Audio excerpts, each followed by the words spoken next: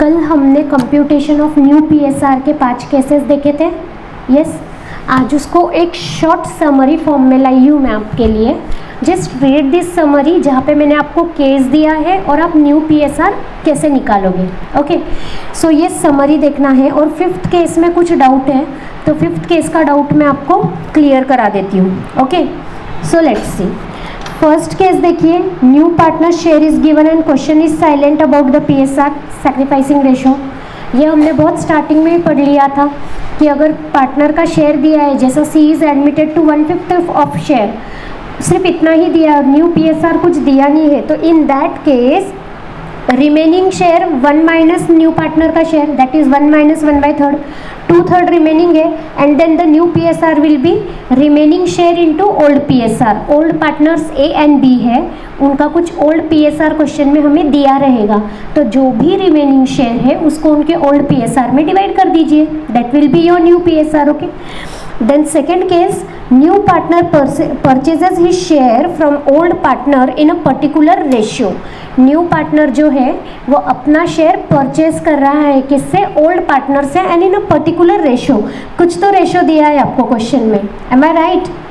Question में आपको कुछ तो रेशो दे के रखा है। ओके, तो यहाँ पे न्यू पीएसआर कैसे निकालोगे, old share of a partner minus proportion of share given to new partner. देखिए, आपके समझने के लिए मैंने यहाँ नीचे लिख भी दिया है कि आप ये सेकंड केस कब यूज़ करोगे। जैसे क्वेश्चन ने बोला है A and B are the partners sharing profits and losses in the ratio of 3:2। They admit C for 1/3 share. Now ये 1/3 शेयर के लिए दिया है, C has taken 1/9 share from A and 2/9 share from B. जब ऐसा कुछ दिया है then you use this method, क्योंकि यहाँ पे क्या दिया है कि ए ने उसके शेयर में से 1/9 निकाल कर सी को दे दिया। सी 1/9 plus 2/9 is 3/9, that is 1/3। Okay, तो यहाँ पे क्वेश्चन ने हमें दे दिया है कि उसने किससे कितना लिया है, इन शॉर्ट किस पार्टनर ने कितना सैक्रिफाइस किया है ये दे दिया है। सो वेरी सिंपल ना, जो ओल्ड शेयर है उसमें से जितना तुमने दिया उससे माइनस कर दो। फॉर एग्जाम्पल ओल्ड शेयर 3:2 है तो 3/5 माइनस 1/9 कर दो, राइट?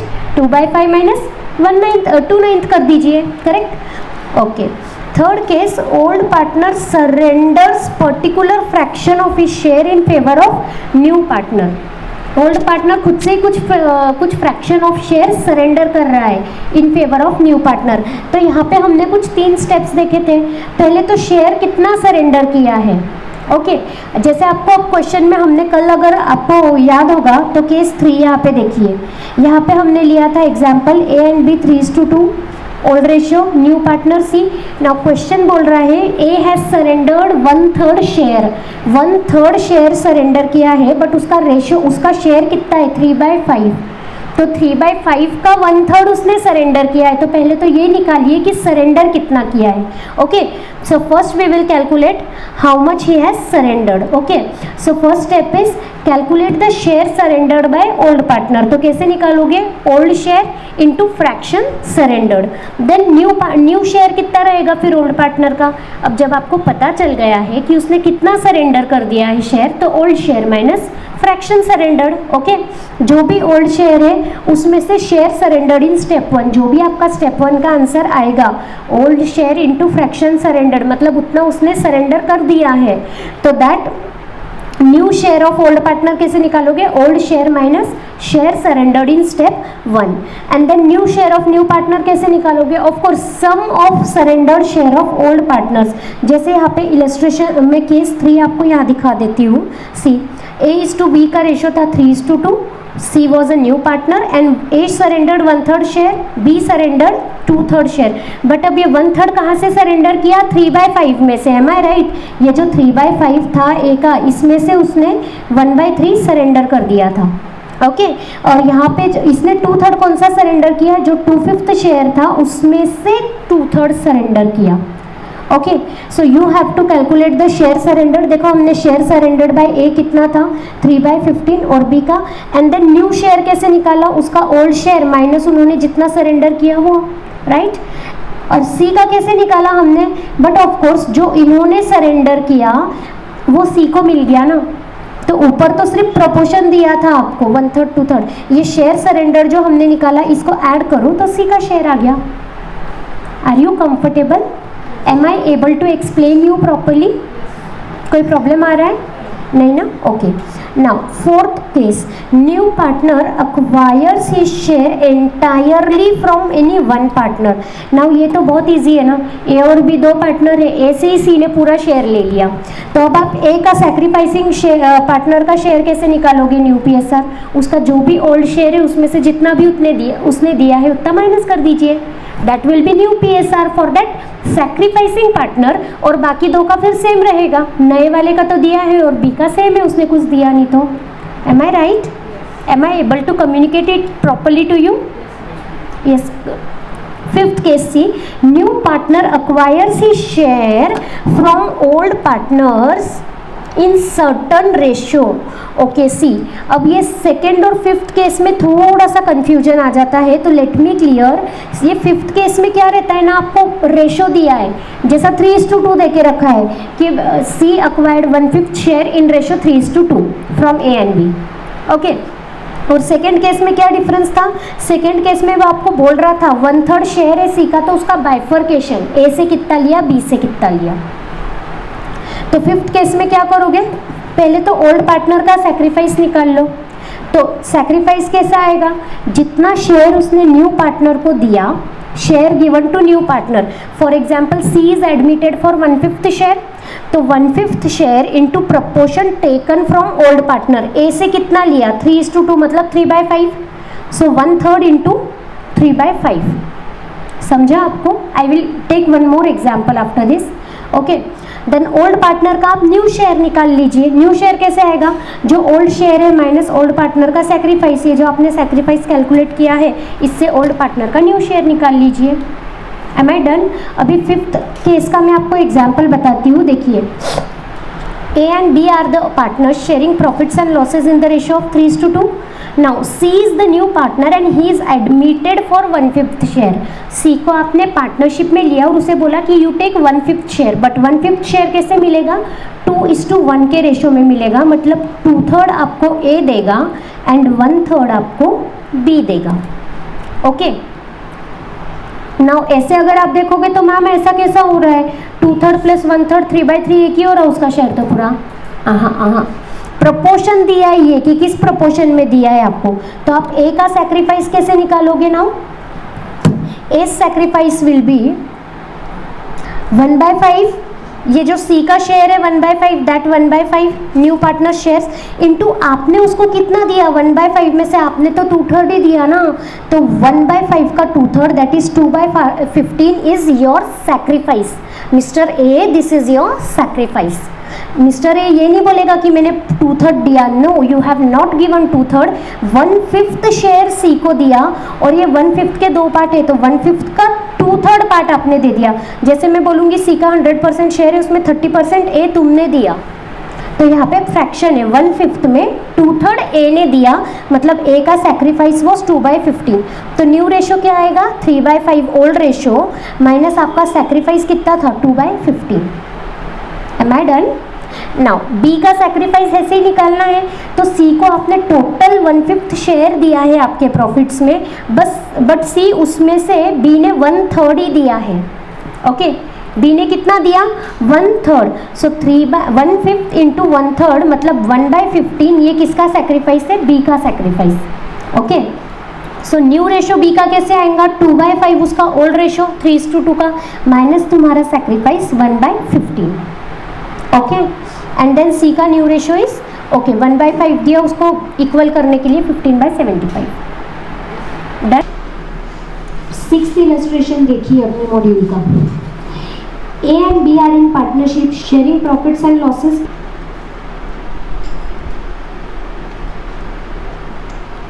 ओल्ड PSR दिया है 3:1। कैश बैलेंस शीट देके रखी है, cash, trade receivable, inventory, plant and machinery, trade payable, bank OD, A's capital, B's capital. Now on 1st April 20 they admitted C on following terms: C to purchase 1/3 share for 2,000 and provide 10,000 as capital, goodwill not to appear in books. Okay, future profits and losses are to be share, मतलब new PSR दे के रखा है आपको 1:1:1. Plant and machinery to be reduce by 10%, 500 to be provided for bad debt. अब asset को अगर reduce करना है तो क्रेडिट करेंगे, और RDD मतलब ट्रेड रिसीवेबल कम करना है तो क्रेडिट करेंगे. तो डेबिट किसको होगा? रिवैल्यूएशन अकाउंट को डेबिट होगा. Inventory to be taken at 24,940. See inventory का ऊपर यहाँ पे वैल्यू दिया है 22,000, और यहाँ पे क्वेश्चन आपको बोलता है कि आप 24,940 पे लीजिए, means you increase the value of inventory. तो यहाँ पे एंट्री आएंगी revaluation inventory account debit to revaluation 2,940. 24,940 minus 22,000. Now this is important sentence, just underline it. अपन जब इसका सॉल्यूशन देखेंगे ना तब इसका इम्प्लीकेशन देखते हैं. बाय ब्रिंगिंग इन और withdrawing cash, the capitals of A and B are to be made proportionate to that of C on PSR basis. इस लाइन का मतलब क्या है कि पहले आप पूरा रिवैल्यूएशन अकाउंट बनाइए, रिवैल्यूएशन का बैलेंस निकाल लीजिए, और जब आपकी पार्टनर्स कैपिटल अकाउंट बैलेंस करना रहेगा उस टाइम पे you make sure that A and B का जो कैपिटल है it is same as that of C, okay, on basis of their PSR. अभी इनका न्यू PSR इक्वल है, ओके. तो यहाँ क्वेश्चन बोलना चाह रहा है कि A और B का जो कैपिटल कंट्रीब्यूशन है it should be proportionate to that of C on their PSR basis, मतलब जितना PSR है उतना ही कैपिटल का रेशो लीजिए. यहाँ पे question is telling you new PSR should be equal to capital. उनका जो कैपिटल का रेशो रहेगा, जैसा न्यू PSR आपका 1:1:1 है तो कैपिटल का रेशो भी 1:1:1 है. इसका मतलब अगर C का कैपिटल कितना है 10,000 ला रहा है C टुवर्ड्स कैपिटल, तो A और B के कैपिटल को भी 10,000 पे लेकर आइए. तो जो भी एक्सेस या कम बैलेंस रहेगा उसको आप कैश के थ्रू एडजस्ट कीजिए, ये क्वेश्चन बोलना चाह रहा है, ओके. सो हम अब इसका सॉल्यूशन देखते हैं. Yes, let's see the solution now. देखिए, ओके. ओल्ड PSR 3:1 देके रखा था आपको, न्यू PSR 1:1:1 बोला था. सी जब ओल्ड एंड न्यू PSR पता चल गया तो we can calculate sacrifice and gain ratio, am I right? So see sacrifice ratio और गेनिंग रेशियो निकाल लिया. A का न्यू PSR 1/3 है, ओल्ड 3/4 था, तो सैक्रिफाइस इज 5/12. B का न्यू PSR 1/3 है एंड ओल्ड PSR 1/4 है. सो यहाँ पे कैलकुलेशन किया तो B का गेन आ रहा है, राइट? एंड C का वो तो न्यूली आया है तो उसका शेयर 1/3 है, तो 1/3 गेन है, okay. Now see here there are 2 gaining partners. अभी तक जितने भी इलस्ट्रेशंस हमने देखे उसमें या तो दोनों ओल्ड पार्टनर्स सैक्रिफाइस करते थे, ओके, या तो एक का नाइदर सैक्रिफाइस नॉर गेन आता था और एक का सैक्रिफाइस आता था.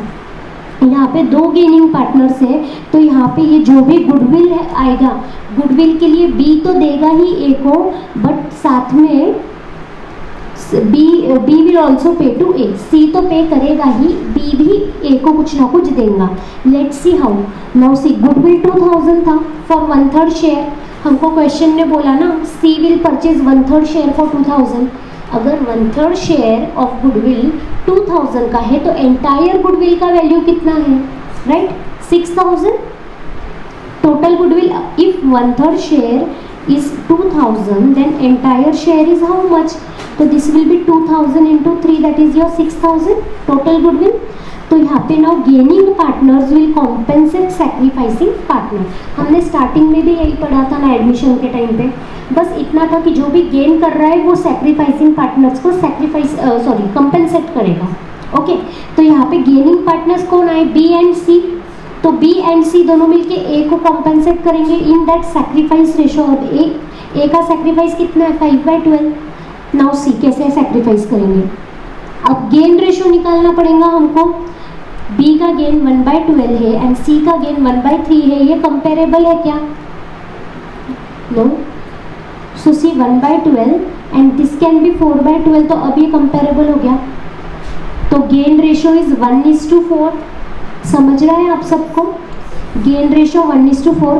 तो C का जो भी शेयर है गुडविल का, नो, गेन रेशो 1:4 है, तो गेन रेशो में 1:4, ये 6000 टोटल गुडविल है। बी पे करेगा इसका या तो 1/12, ओके। बी कितना पे करेगा 1/12, 1 सेकेंड। एंड सी कितना पे करेगा 4/12। सी का तो पहले ही बोला है कि गुडविल 2000 लाएगा वो, तो जितना ला रहा है उतना इसको पे कर देगा। या तो ऐसे करो या तो ऐसे करो, ओके। नाउ जर्नल एंट्रीज में देखो सी ने पैसा लाया, बट जो 2000 का शेयर था वो 2000 का शेयर तो पूरा ए को दे रहा है एज अ गुडविल का कॉम्पेंसेशन। तो bank account debit 12,000 to C's capital 10,000। Capital की तरफ 10,000 रुपये ला रहा है वो, to A's capital account 2,000। Now B's capital account debit 500 to A's capital account, वो गेनिंग रेशो में कॉम्पेंसेट करने वाला था ना ए को। नाउ रिवैल्यूएशन के हमें एडजस्टमेंट्स दिए थे, प्लांट एंड मशीनरी को रिड्यूस करने बोला था, एंड बैड डेट्स मतलब ट्रेड रिसीवेबल कम करने थे। अगर असेट को कम करना है तो आप उसको क्रेडिट करेंगे। So revaluation debit to plant and machinery 400 कैसे आया, to be reduced by 10%। Plant and machinery का टोटल वैल्यू 4000 है, 4000 into 10%, okay. And provision for bad debt आपको बोला था, राइट, कितना बोला 500 अमाउंट दे के रखा। So revaluation to plant and machinery to provision for bad debt, am I right. And inventory को आपको अपवर्ड वैल्यू करने को बोला। 22,000 was balance sheet value and they are asking you to value it at 24,940, okay. So यहाँ पे कितना रहेगा 2,940 का अपवर्ड रिवैल्यूएशन। अब whatever adjustments they have given, after those adjustment we will prepare one revaluation account, right। जो भी entries हमने pass की उसका इफेक्ट रिवैल्यूएशन अकाउंट में रिकॉर्ड कर रहे हैं हम। Revaluation to plant and machinery, to RDD and to inventory, am I right. और उसका जो भी प्रॉफिट आया हमने पढ़ा था, एनी प्रॉफिट और loss arising on revaluation will be transferred to old partners in their old PSR, okay. Old partner से ओल्ड पीएसआर, तो यहाँ पे ट्रांसफर किया हमने, देखिए। तो यहाँ पे एंट्री आ गई, revaluation debit to A's capital to B's capital, done. Now इसके बाद हम बना रहे हैं partners capital account C. Partners capital का बैलेंस दे के रखा था क्वेश्चन में हमें, ए कैपिटल 15,000, बीस कैपिटल 10,000। सो तो देखिए by balance brought down 15 and 10। Then C ने जो पैसा लाया 10 + 2, तो first entry bank account debit to C's capital to A's capital. तो एज कैपिटल और सीज कैपिटल दोनों के क्रेडिट साइड में बाय बैंक, तो ए के कॉलम में 2000 एंड सी के कॉलम में 10,000, ओके। नाउ बैंक अकाउंट तो हमारे पास है नहीं, तो बैंक अकाउंट बनाते तो उसको भी डेबिट कर देते।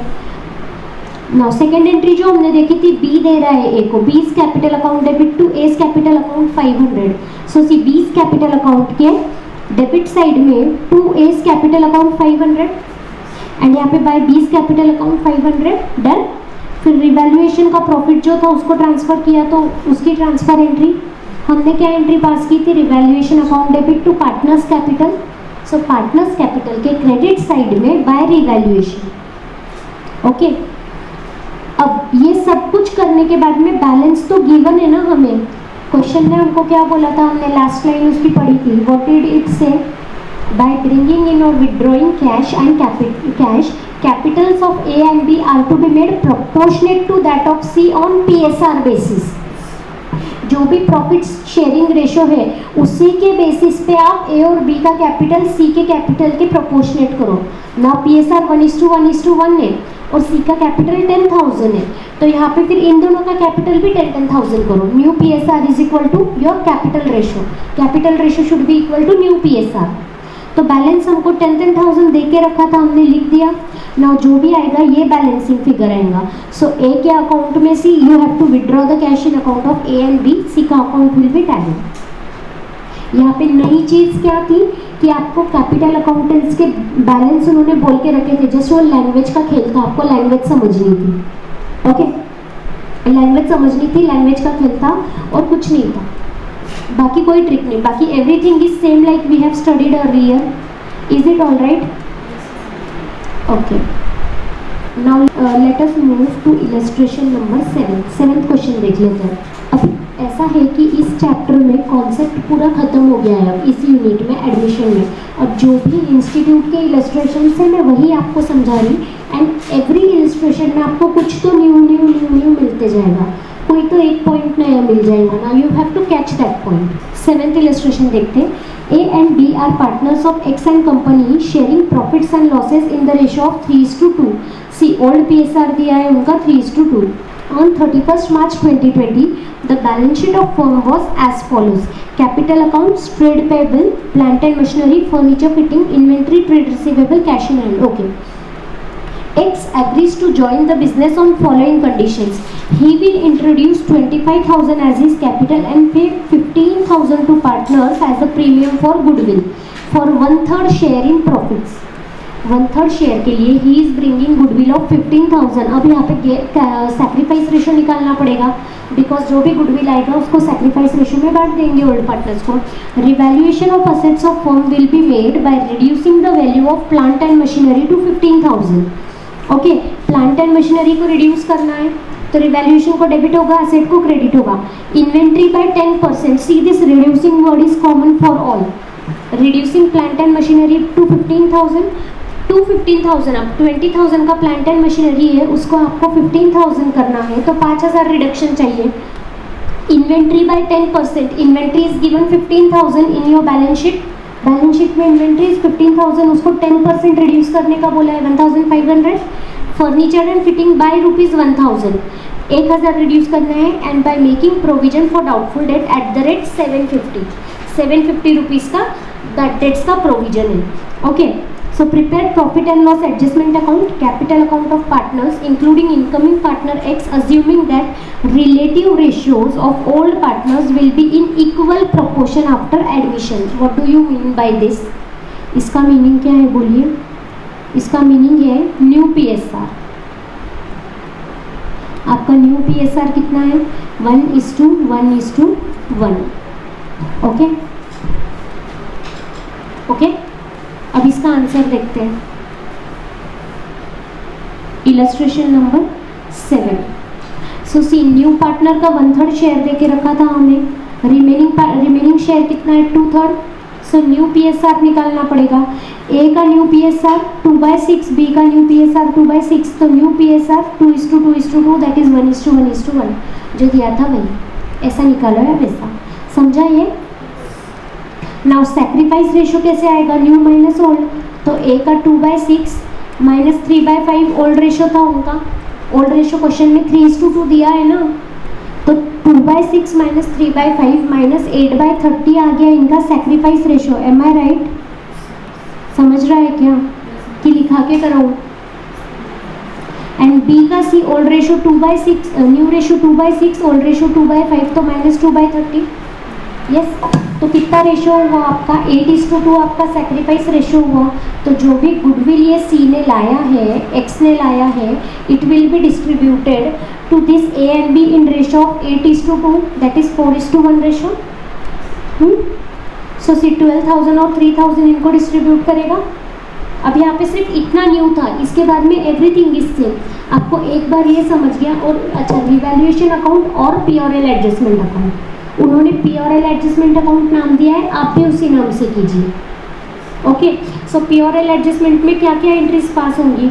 आपको प्लांट एंड मशीनरी को रिड्यूस करना था, इन्वेंट्री और फर्नीचर को रिड्यूस करना था, और प्रोविजन फॉर डाउटफुल डेट, तो एक ही एंट्री आएंगी ना फिर।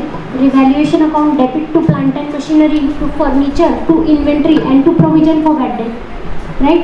अब जो भी क्रेडिट साइड में कुछ है ही नहीं तो आपका लॉस आ जाएगा।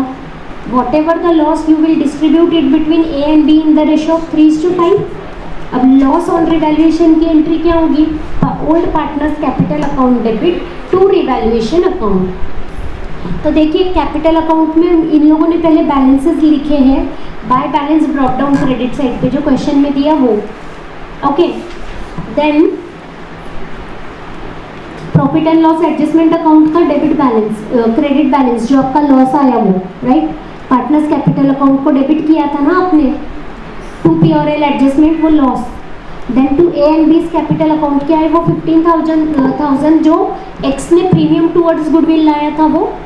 सो सी यहाँ पे by excess capital account 12 and 3000 premium towards goodwill distributed in sacrificing ratio, yes. उसके बाद में उसने कैश लाया था towards capital 40,000, am I right?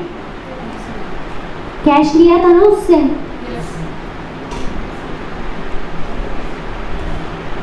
And then to balances carried down, okay.